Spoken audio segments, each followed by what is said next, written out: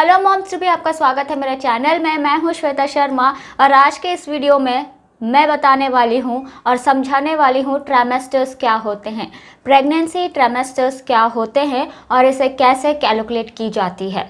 Pregnancy में 3 different stages of trimesters होते हैं जिसे डिवाइड किया है 3 पार्ट्स में। फर्स्ट ट्राइमेस्टर, सेकेंड ट्राइमेस्टर और थर्ड ट्राइमेस्टर। हर एक ट्राइमेस्टर में आपको अलग अलग सिम्टम्स होते हैं, आपकी बॉडी चेंजेस होती है, आपकी बेबी की ग्रोथ होती है। मिस पीरियड के बाद जब हम अपनी प्रेगनेंसी टेस्ट करते हैं और पॉजिटिव होती है हमारी प्रेगनेंसी टेस्ट, तो हम डॉक्टर के पास जाते हैं। तो डॉक्टर हमारी चेक करती है और कहती है कि आप इस वक्त 7 वीक प्रेग्नेंट हो या 8 वीक प्रेग्नेंट हो, क्योंकि प्रेगनेंसी जो कंफर्म होती है वो 7th, 8th, 9th वीक में ही कंफर्म होती है। यहाँ पर मैं स्कैन्स के बारे में कुछ नहीं बात करने वाली हूँ, यहाँ पर मैं वीक्स और ट्राइमेस्टर्स के बारे में बात करने वाली हूँ।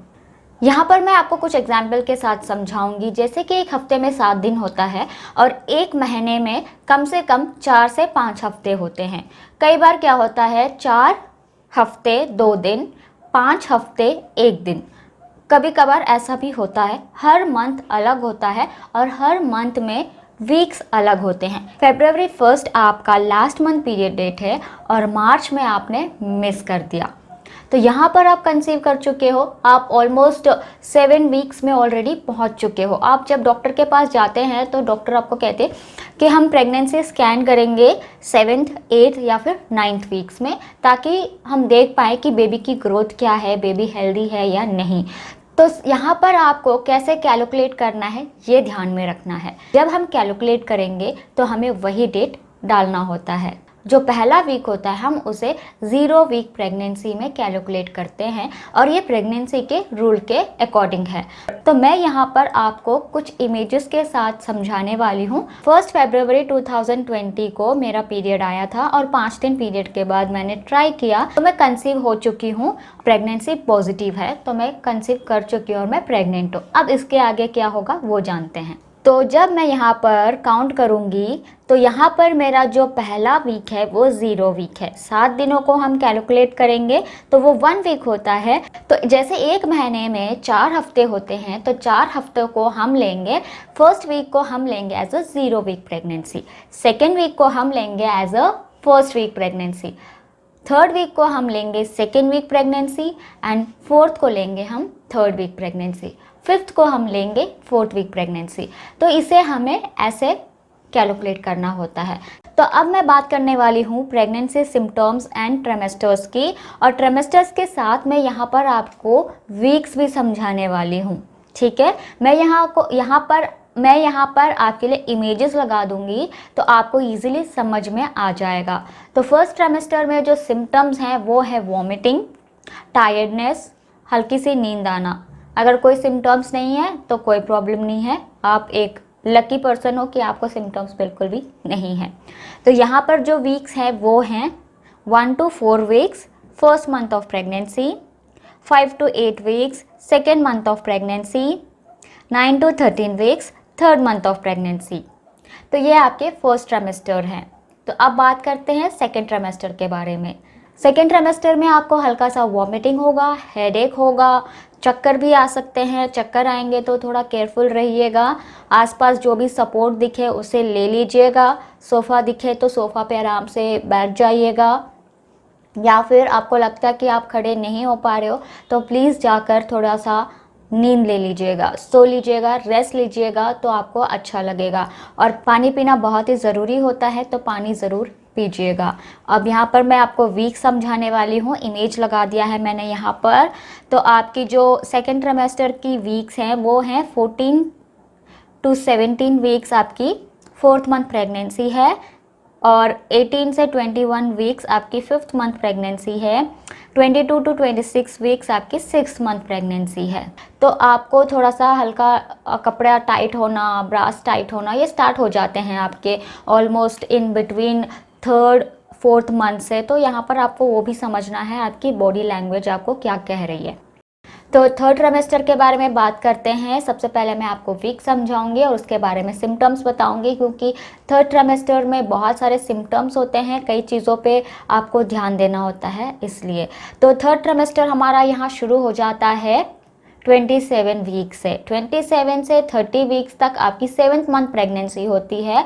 31 टू 35 वीक्स आपकी 8th मंथ प्रेगनेंसी होती है एंड 36 टू 40 वीक्स आपकी 9th मंथ प्रेगनेंसी होती है। तो यहाँ पर आपको बहुत ही केयरफुल होना होता है।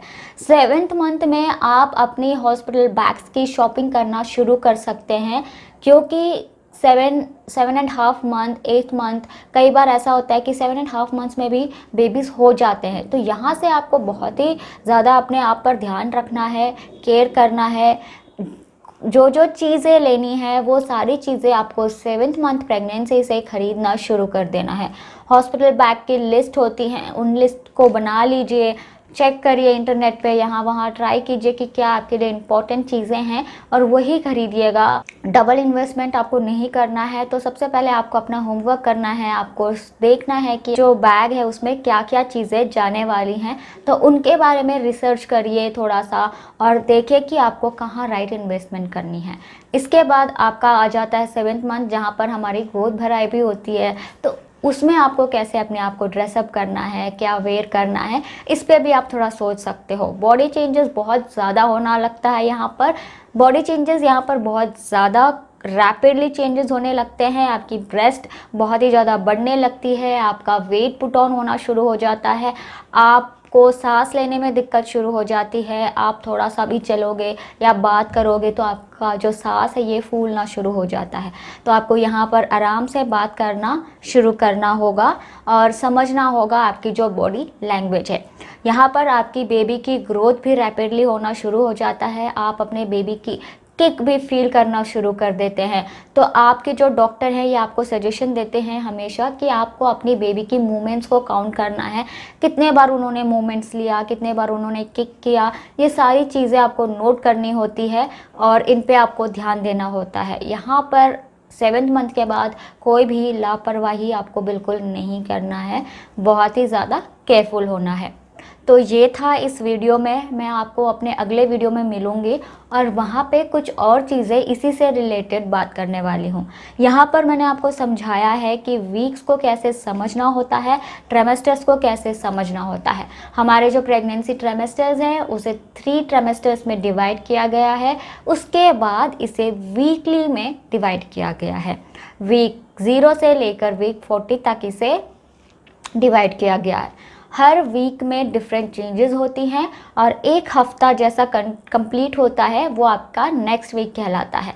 जैसे आपकी वीक 1 है, वीक 0 हो गया और वीक 1, जैसे आपका वीक 1 शुरू होता है तो आपका वीक 1 यानी कि आज मंडे है, वीक का पहला दिन है, तो मान लो 0 वीक 1 डे हो गया, 0 वीक 2 डेज़ हो गया, 0 वीक 3 डेज़ हो गया। ऐसे ही आपके वीक्स को काउंट करना होता है। जो पहला दिन होगा वो 1 डे होगा, 7th वीक का जो दूसरा दिन होगा वो 2nd डे होगा, 7th week 3rd day, 7th week 4th day, 7th week 5th day, 7th week 6th day और 7th वीक कंप्लीट हो गया, 8th वीक 1 डे स्टार्ट हो जाता है।